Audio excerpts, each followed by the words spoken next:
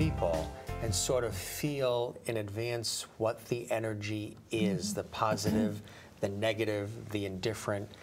That really is a benefit for your clients as well because you have that, right? Tell us how that works. Yeah, so I have really learned to trust my instincts. And that's not something that happens overnight, no. And it's not always easy to do, right? No. It can be very scary. You can second guess. You can second guess rely it. on other people instead. Well, they'll do it their way, or... Yeah, and you know, but I've been bitten enough times when I've learned to trust other people, when I've tried to trust other people, and what they said about this person or that person or the other thing, instead of following my own instinct. So learning to tap into my own and really trust what that feels right, what has feels been that gut feeling.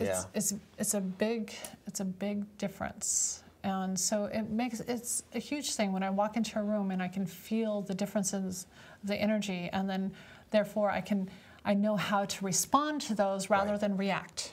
So how were you able to do that? What for you, and again for anybody that's following along with us here and really taking notes on how this worked, how did Rene get to this point?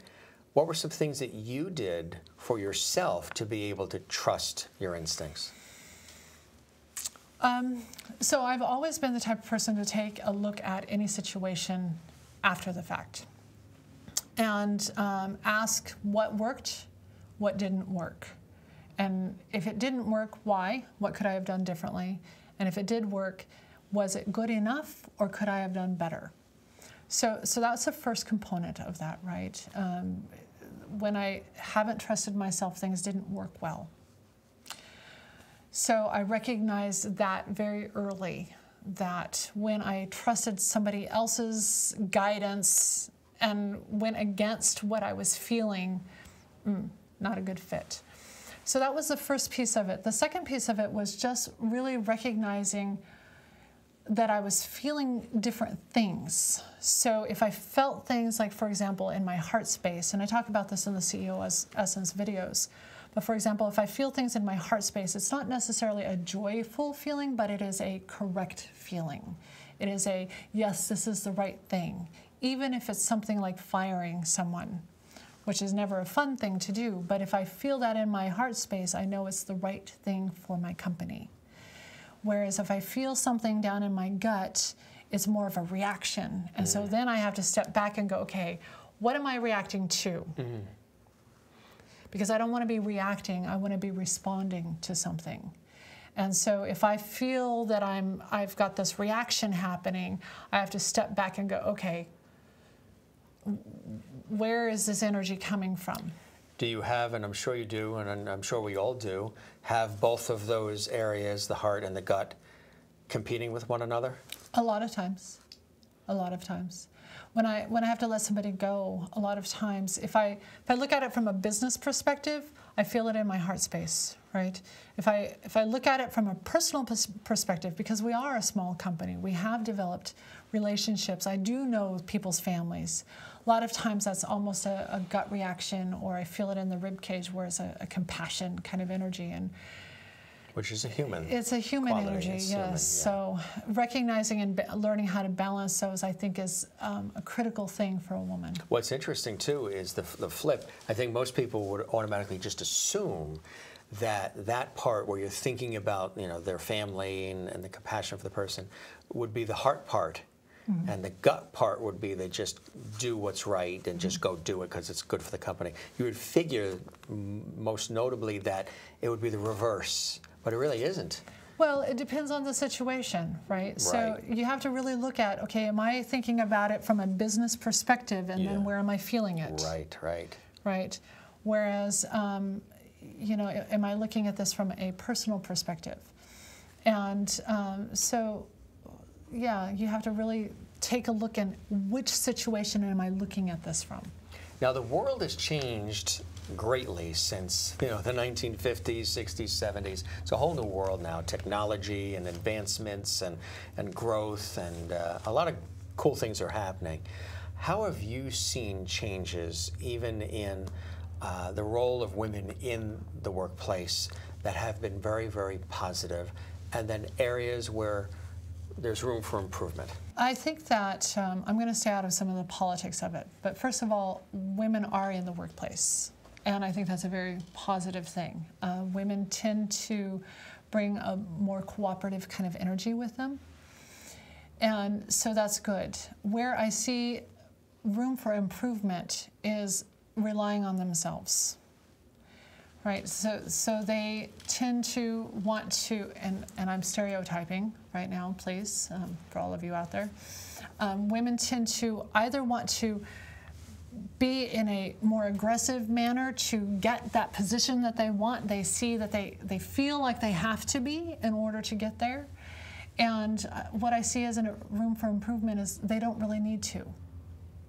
They don't really need to. They really can be who they are in order to get what they want. They just need to be able to define that better. How do they do that? Trust in themselves. And trust in themselves, trust that they can speak up, trust and moving forward with that. So I was at a male marketing, it was a marketing environment dominated by male. And there were some high-level women there as well. And without exception, every one of them asked me, who are you with? What company are you with? Mm-hmm.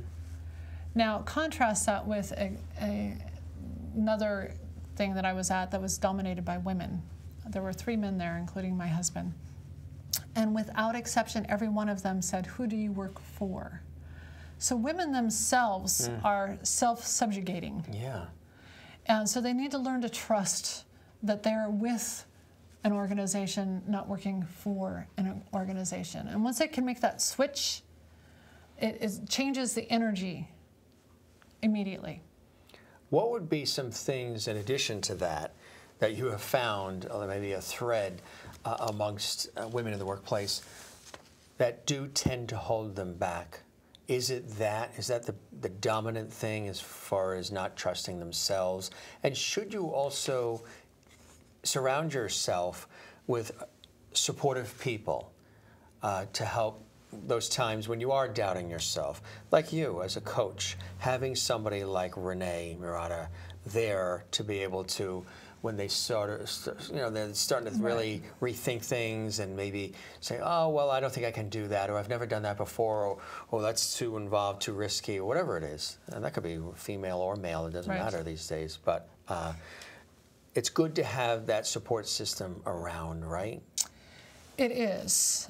I had my husband, so that was my support system. So be careful relying on that. Right? You really need to learn to, I think people have your own voice. Really need to learn how to have their own voice. There were many times that I said, okay, I can't do this. And fortunately, I had my husband there, and maybe it's your best friend, and maybe it's your brother, or maybe it's your mother, having a person that can say, yeah, you really can. There are going to be more people that say you can't, and you need to give up, than there will be people that say you can. Keep moving forward. Or they tell you sometimes, and I'm sure in discussions maybe you've even had yourself, where they tell you how to do it. Right. They put the words in your mouth. Now tomorrow when you go in there, you tell that boss this, and this. And that's not exactly what a person needs, or in this case what a woman wants. Right. She wants to be heard, listened, understood, supported, but you don't have to go in and take care of it for me. Right. Right? Right. Yeah, so they really need a person who can hear them. Maybe that person will offer suggestions, and that's fine, but they really need to learn to trust themselves and really trust that intuition that they have. So in addition to, well, tell us a little bit about the coaching, how that actually works, the coaching part itself.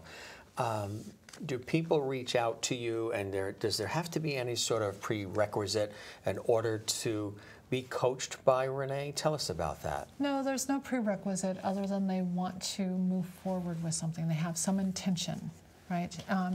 It can be a business intention, it can be a personal life intention, it can be simply I want to lose 20 pounds. So the personal coaching that I do is not just business oriented, although that is the focus of what I do. So if they reach out, when they reach out, you know, we set guidelines and ground rules about what it is that I can do, because I'm not a counselor. I do not want to be a counselor. There are other people more qualified to do that than I am. I'm a coach. And so I really will help facilitate that person in understanding what it is and shed some light on how they're thinking, and maybe they're thinking it this way, and I go, well, have you thought about it that way? You know, just to kind of open up their thinking and maybe shift some energy for them.